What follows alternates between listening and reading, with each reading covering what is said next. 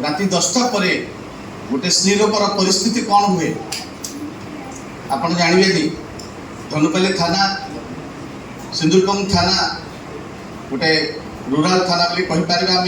जदिव town में रोचे गोटे आसनपुर गोटे केस होता से पेसेंट अच्छी से पाठ पढ़ी M A in English Ravenshaw college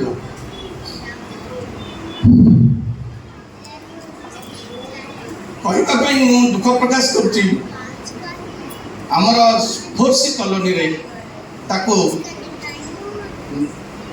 बहुत पिला नुहे 4टी पिला धरी पड़े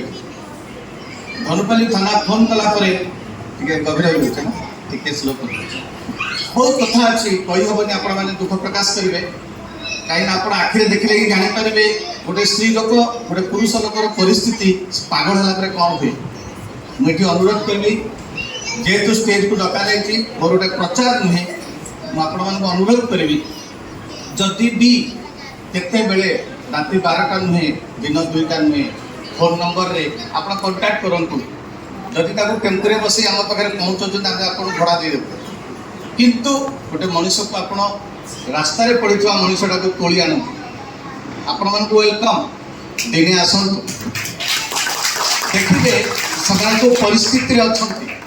आप खुशी हे से बाथरूम जाइए धोई कर एक जाऊँगी पेंट रे एक जीवा लोक एक जाऊँगी निजे तार स्मरण शक्ति बढ़ुची मेंटाली जो इल प्रोसेस थी बढ़ी जाऊँगी बड़ बड़ एजुकेटेड छुआ मैंने बापा माँ लुचई दिखती बलांगीर गोटे आसी आम